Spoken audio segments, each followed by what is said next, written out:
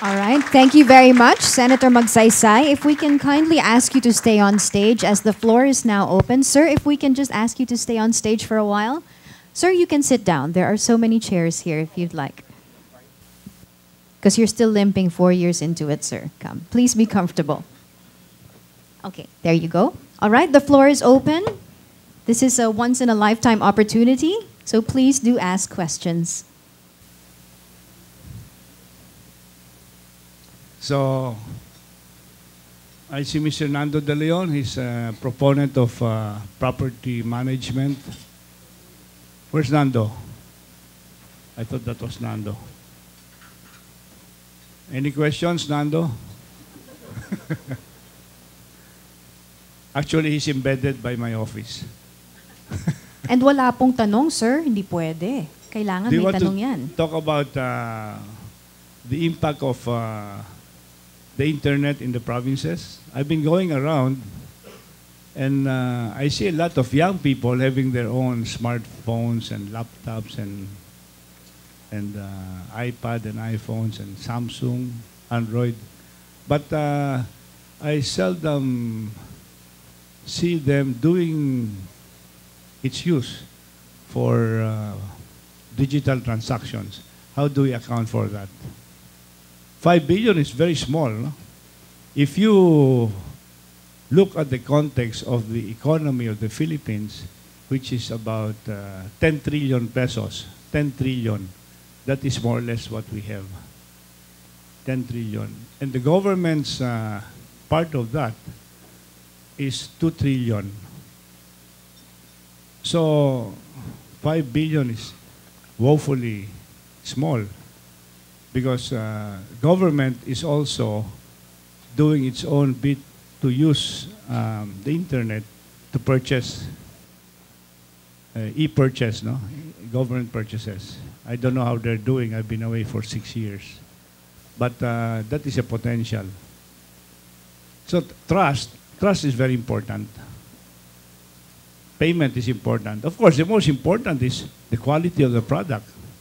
If you will buy a dozen roses for your wife or a friend, you don't know if the roses are being delivered by somebody who says, okay, we'll give you a discount, but this is a 3-day-old rose, and it's half wilted. So how do you know, right? So it's trust. Yes. Please. Yes, sir. I believe we have a question from the floor. Please. Magandang umaga po, Mr. Senator Magsaysay. My name is Jojo. You mentioned in your presentation the Consumer Act and how the government has a role in essentially streamlining and then paving the way for e-commerce. Some of these laws were promulgated, like the Consumer Act, prior to e-commerce or prior to even the internet.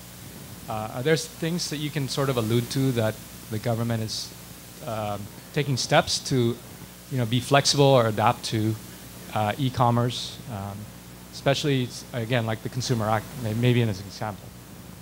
Well, this is Jojo, no? This is a projection that we're looking at. I would rather allow I believe in less a fair economy. Just allow the whole thing to develop naturally.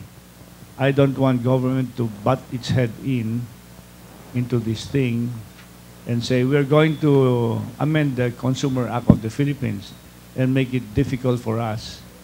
I'm of the belief that the less government, the faster the dynamics of growth.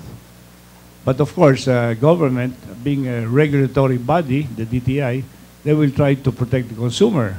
That's what the Consumer Act of the Philippines is about. But again, we have to see how the dynamics go. The present players in the local context will have to find out how to protect the industry, how to protect yourselves. Because if the trust issue and the quality and the delivery are not addressed from the very beginning, then you might falter. You might become a bubble, just like the .com bubble of the 1990s. No?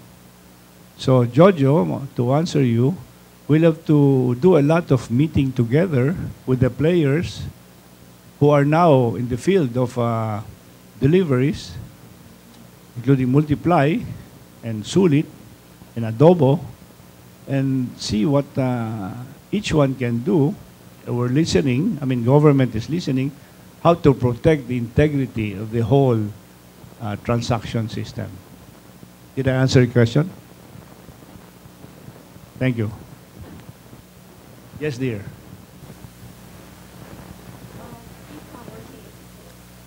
Yes, kindly approach the microphone. State your name and the company you work with, ma'am. Thank you. Hi, Cherry Miguel, CEO of Chiquiba Marketing. Half of my life I grew up in Palo Alto, California. And then I see the boom of during the 90s where all the 20 years old people driving Porsche and everything.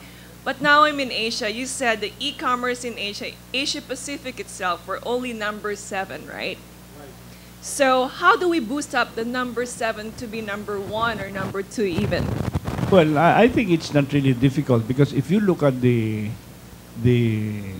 overseas Filipino workers, they're all over the place.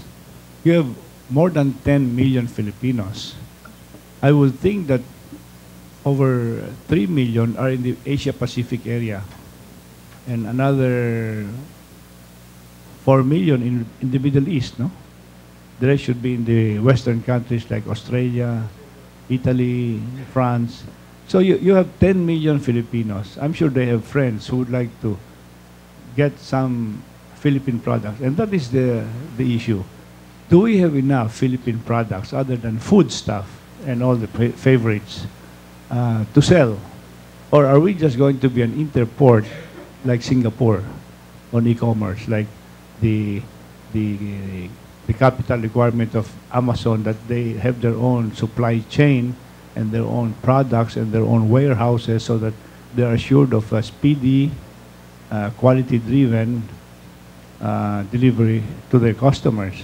So these are things that needs a lot of resources. Jack Madrid is mentioning about capital. Are you willing to put yourselves together? Of course, you're all creative individuals, but are you willing to put yourselves together so you can share a warehouse? You can talk to DHL or UPS or Air 21. I think the daughter of Albert Linas here, Air 21, and say, all right, can you give us really a very, very, because I know Amazon sometimes doesn't charge freight, right? They have some specials. And that is an incentive for the transaction to be easier. I mean, it's an incentive to buy and just have it delivered free. That's one of, it's logistics. So to me, it's the English language. It is the willingness to try the system. And it's the integrity of what you are selling. Is it lechon to be delivered to the family of a nurse in Hong Kong, to their family here? Is the lechon going to be first class, or will it be just a cold 2-day-old lechon? So these are all a matter of integrity and trust. Thank you very much, Senator. Thank you very Thank you, much, Cherry. ma'am. All right, we actually have one more question before we have a text-in question as well. Sir, would you be okay if we did the text-in question first? Sure. Okay, thank you very much. If you can implement or change a law immediately to help e-commerce in the Philippines, which one in particular would it be, sir? Again, it would be the Consumer Act of the Philippines. It has to cover the whole value chain. It has to cover quality. It has to cover delivery. So we have to look at the whole host of provisions of the law, because you are protecting the consumer because you want to protect your own business, right? It's all like a two-way deal. You are doing you're offering a prospective customer services or product, and the customer wants to be assured that the service or the product is seamless. It is what he expects, the quality, the brand, it's brand new, and it will be delivered on time.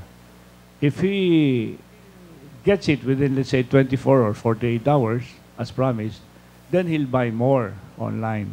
So you have to look at your, maybe sulit and multiply. We'll have to look at how many return customers does he have. It's the regularity. And until he makes himself fully secure by saying, I trust this website to deliver the goods on time, then he's hooked. But if sometimes you falter, so it's all the supply chain on the consumer act of the Philippines.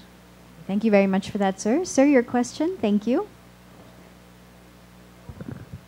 Frederick from Cache Pinoy.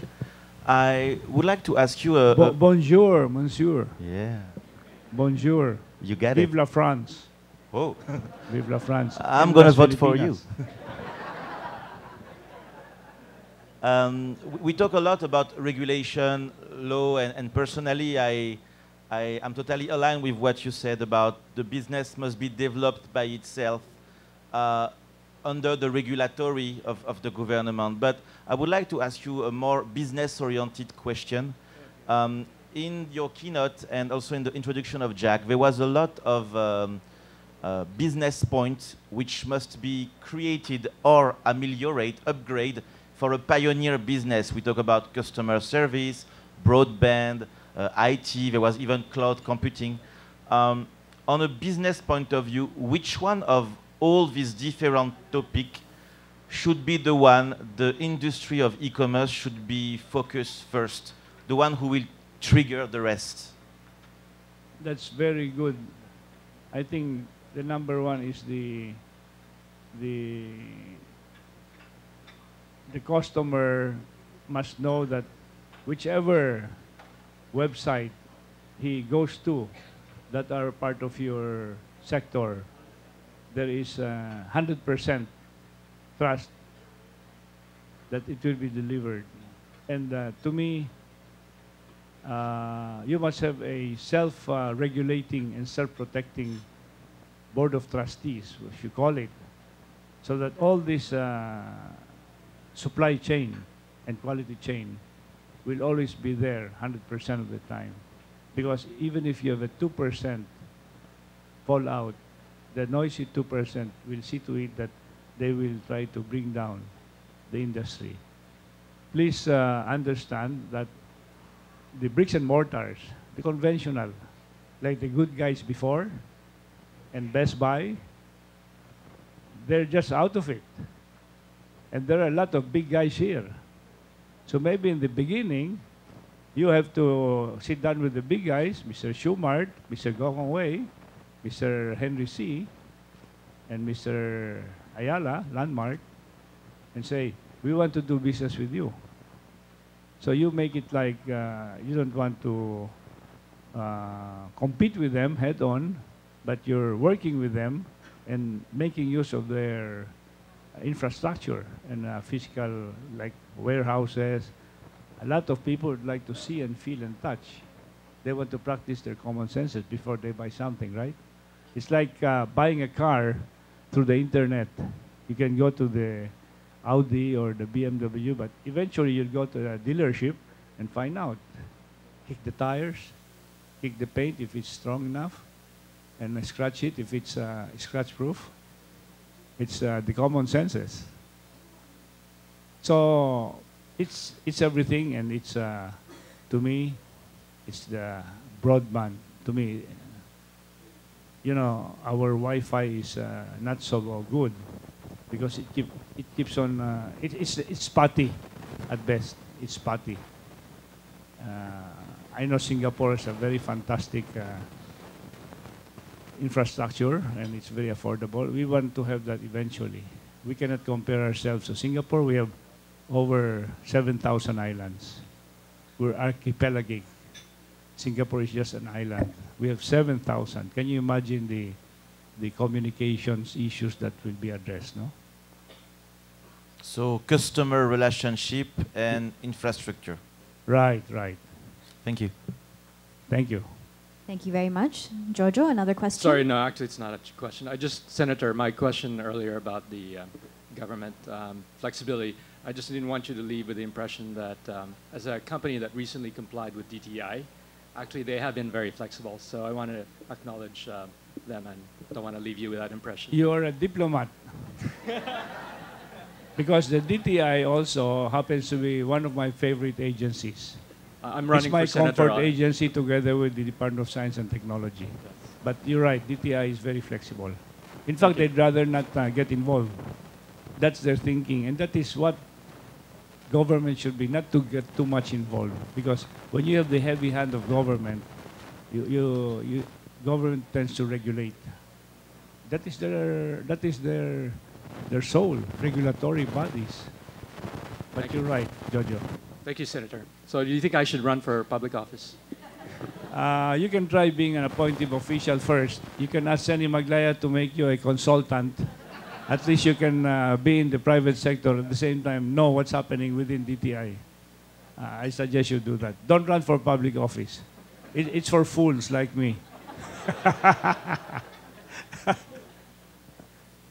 Okay, if we don't have any further questions, I think Senator Magsaysay has given us a lot to chew on today. Sir, thank you very much for your time. Thank We you, know thank you're you. very busy. Thank you.